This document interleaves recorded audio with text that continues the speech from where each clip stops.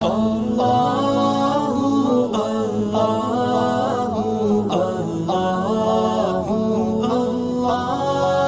اللہ الرحمن الرحیم۔ ریاکار عابدوں کی سزا، یعنی جو اللہ کی عبادت دکھاوے کے لیے کرنے والے ہیں ان کو بولتے ہیں ریاکار عابد۔ لمبی لمبی نمازیں پڑھ رہے ہیں تاکہ لوگ دیکھیں، اور لمبے لمبے سجدے کر رہے ہیں تاکہ لوگ دیکھیں، اور ایسے ہی دعا لمبی لمبی ہو رہی ہے رو رو کے تاکہ لوگ دیکھیں، یا اور صدقہ اور خیرات کر رہے ہیں لوگوں کو دکھانے کے لیے، یا اور بڑھ چڑھ کر کھڑے ہو کے نام لکھوا رہے اس لیے تاکہ لوگوں کو پتہ چلے بھائی بڑا سخی آدمی ہے، بڑا مالدار آدمی ہے، بڑا داتا ہے۔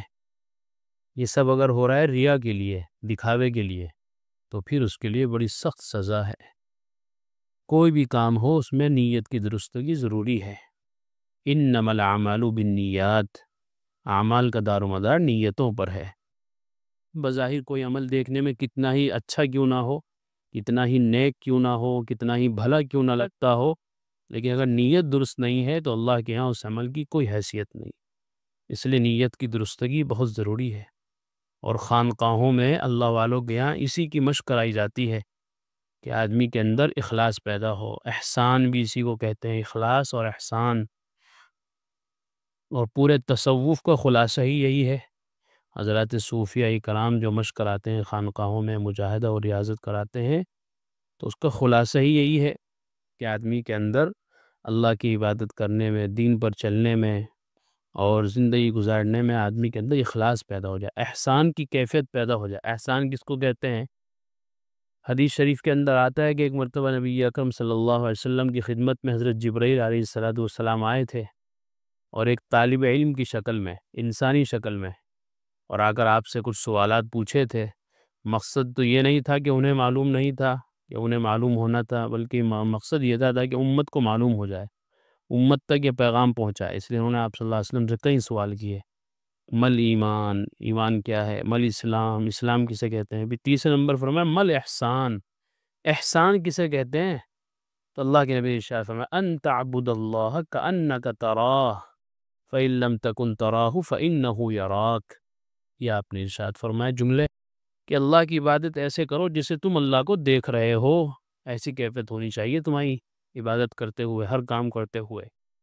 اور اگر یہ کیفیت پیدا نہیں ہو سکتی تو یہ تو کیفیت پیدا ہونی ہی چاہیے کہ اللہ تمہیں دیکھ رہا ہے۔ جب یہ کیفیت بن جائے گی تو پھر مزہ آ جائے گا ہر عمل کے اندر۔ آدمی اس نیت سے نماز پڑھ رہا ہے کہ مجھے اللہ دیکھ رہے ہیں، تو اس کی نماز کیسی ہوگی؟ پھر بڑی شان والی نماز ہوگی، بڑی خشوع خضوع والی ہوگی، بڑی کمال والی، بڑی شان والی نماز۔ کوئی بھی عمل انسان کا اگر اس نظریے کے ساتھ، اس کیفیت کے ساتھ اگر ہو رہا ہے کہ اللہ مجھے دیکھ رہے ہیں، تو بس پھر تو اس کا سارا عمل صحیح ہو جائے گا، اس کی زندگی کا رخ ہی صحیح ہو جائے گا، تبدیلی آ جائے گی اس کی زندگی کے اندر۔ تو اسی کو کہتے ہیں احسان، اسی کو کہتے ہیں تصوف، اسی کو کہتے ہیں اخلاص۔ تو یہاں پر حضرت نبی اکرم صلی اللہ علیہ وسلم نے ایسے ریاکار لوگوں کے بارے میں کیا فرمایا؟ فرمایا حضرت نبی اکرم صلی اللہ علیہ وسلم نے جب الحزن، غم کے کنویں سے پناہ مانگو۔ غم کا کنواں، صحابہ نے عرض کیا کہ اللہ کے نبی جب الحزن کیا ہے؟ غم کا کنواں۔ ارشاد فرمایا دوزخ میں گڑھا ہے جس سے روزانہ خود دوزخ 400 مرتبہ پناہ چاہتی ہے۔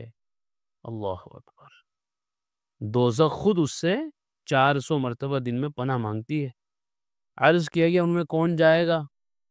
ارشاد فرمایا اپنے اعمال کا دکھلاوا کرنے والے عابد جائیں گے۔ اس لیے نیک اعمال کرتے تھے، اس لیے دین پر چلتے تھے تاکہ لوگ دیندار کہیں، اس لیے عمروں پر عمرے، حج پر حج کرتے تھے تاکہ لوگ حاجی جی کہیں، اور اس لیے صدقہ اور خیرات کرتے تھے، اس لیے دیگر اعمال کرتے تھے تاکہ لوگ انہیں دیکھیں اور ان کی واہ واہ کریں۔ تو جو لوگ واہ واہ کے لیے کوئی عمل کرتے ہیں تو ان کی سزا یہ ہے کہ وہ جب الحزن کے اندر جائیں گے، وہاں ان کو عذاب دیا جائے گا۔ اور وہ کتنی سخت جگہ ہے کہ نبی اکرم صلی اللہ علیہ وسلم نے فرمایا کہ خود دوزخ روزانہ اس سے 400 مرتبہ پناہ مانگتی ہے۔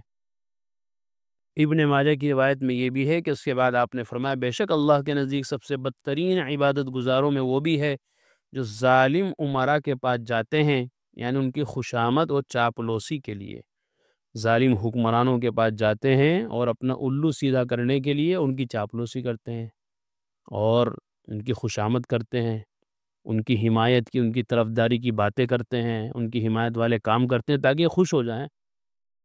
ظالم تو ظالم ہے، اس سے تو آدمی کو کنارہ کش رہنا چاہیے اور ایسے سے دور رہنا چاہیے، اور ایسوں کے تو خلاف آدمی کو آواز اٹھانی چاہیے، لیکن اپنا مقصد حاصل کرنے کے لیے، اپنا دنیاوی فائدہ حاصل کرنے کے لیے ظالموں کے پاس جاتے ہیں، کس لیے؟ تاکہ ان کے سامنے چکنی چپڑی باتیں، میٹھی میٹھی باتیں کر کے ان سے اپنا کام نکالتے رہیں۔ حالانکہ ظالم ہے، وہ لوگوں پر ظلم کر رہا ہے، تو آپ کو تو مظلوموں کے خلاف ساتھ کھڑا ہونا چاہیے تھا، اس ظالم کے خلاف کھڑا ہونا چاہیے، لیکن اس کے خلاف کوئی کرتا ہے تو اس کے لیے بھی نبی اکرم صلی اللہ علیہ وسلم نے یہ سخت ترین وعید ارشاد فرمائی کہ وہ بدترین عبادت گزار ہے، اس کی عبادت کا کوئی فائدہ نہیں، اس کی دینداری کا کوئی فائدہ نہیں، اگر حق نہیں بول سکتا، اگر حق کا ساتھ نہیں دے سکتا، ظالم کے خلاف آواز نہیں اٹھا سکتا، مظلوموں کا ساتھ نہیں دے سکتا، تو وہ بدترین عبادت گزار ہے، اس کی عبادت کا دینداری کا کوئی اعتبار نہیں۔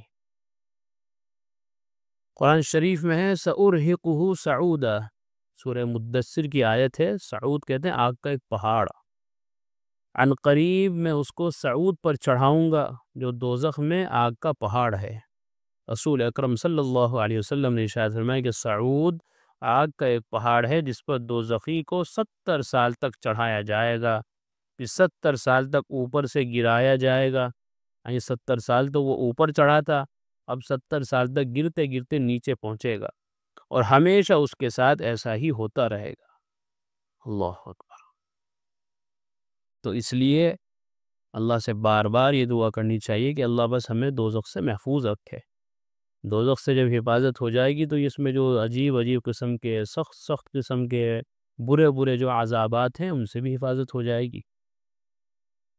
قرآن شریف میں ہے خذوہ فغلوا ثم الجحیم صلوا ثم فی سلسلۃ ذرعها 70 ذراعا فاسلکوا، سورہ حاقہ کی آیت ہے، اس میں سلسلہ کا لفظ آیا ہے، لمبی لمبی زنجیر ہیں۔ فرشتوں کو حکم ہوگا کہ اس کو پکڑو، پھر اس کو طوق پہنا دو، پھر دوزخ میں داخل کر دو، پھر ایسی زنجیر میں جکڑ دو جس کی پیمائی 70 گز ہے۔ دوزخی کے بارے میں فرشتوں کو اللہ تعالیٰ فرمائے اس کو پکڑو، نافرمان کو، اس گنہگار کو، اس دوزخی کو، جہنمی کو پکڑو اور پھر اس کے ساتھ یہ برتاؤ کرو۔ حکیم الامت حضرت مولانا اشرف علی صاحب تھانوی قدس سرہ بیان القرآن میں لکھتے ہیں کہ اس گز کی مقدار خدا کو معلوم ہے، کیونکہ یہ گز وہاں کا ہوگا، 70 گز دنیاوی گز نہیں، آخرت کے گز۔ رسول اکرم صلی اللہ علیہ وسلم نے ارشاد فرمایا اگر رانگ کا ایک ٹکڑا زمین کی طرف آسمان سے چھوڑ دیا جائے تو رات کے آنے سے پہلے زمین تک پہنچ جائے، جو 500 سال کی مسافت ہے، اور اگر وہ ٹکڑا دوزخی کی زنجیر کے سرے سے چھوڑا جائے تو دوسرے تک پہنچنے سے پہلے 40 سال تک چلتا رہے گا۔ اللہ، ایسی لمبی لمبی زنجیریں ہوں گی، ایسے لمبے لمبے طوق ہوں گے کہ آدمی کی عقل سے بھی پرے، آدمی کی سوچ سے بھی پرے۔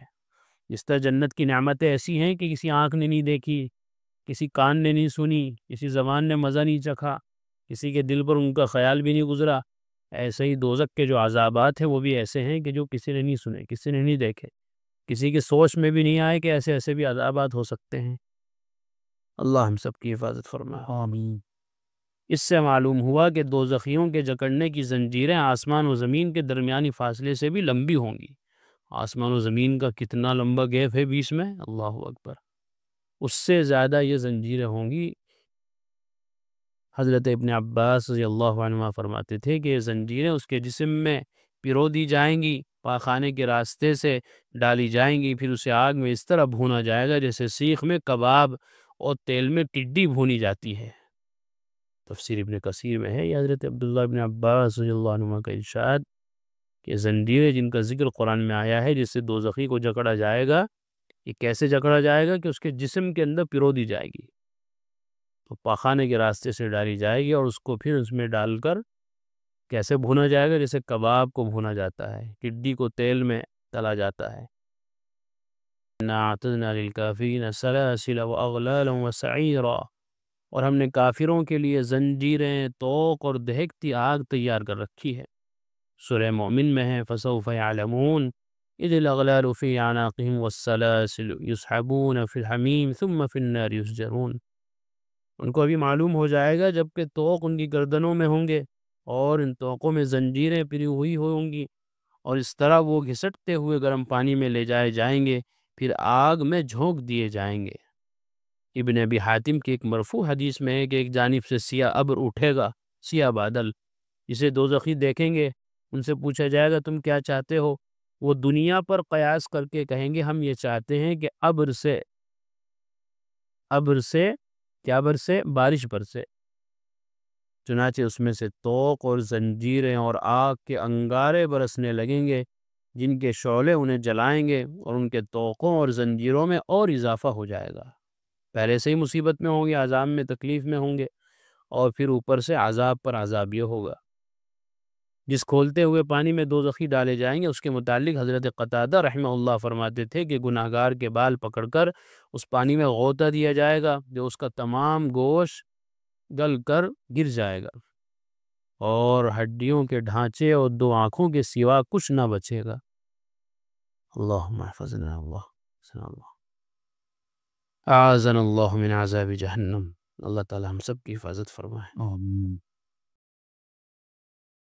قرآن کریم میں اللہ تعالیٰ فرماتے ہیں الا بذکر اللہ تطمئن القلوب، کہ سن لو، اچھے سے سمجھ لو، اللہ تعالیٰ کے ذکر ہی سے دلوں کو اطمینان نصیب ہوتا ہے۔ یعنی اللہ تعالیٰ کے جو انعامات و احسانات اور اس کی نوازشیں ہم پر ہیں، اگر ہم ان کو یاد کریں گے تو ہمارے بے قرار دل کو قرار آ جائے گا، سکون مل جائے گا۔ اگر ہم چاہتے ہیں کہ ہمارے دلوں میں سکون آئے، اطمینان نصیب ہو، تو اس کا ایک واحد علاج اور ایک بہترین دوا یہ ہے کہ ہم فوراً اللہ کے ذکر میں مشغول ہو جائیں۔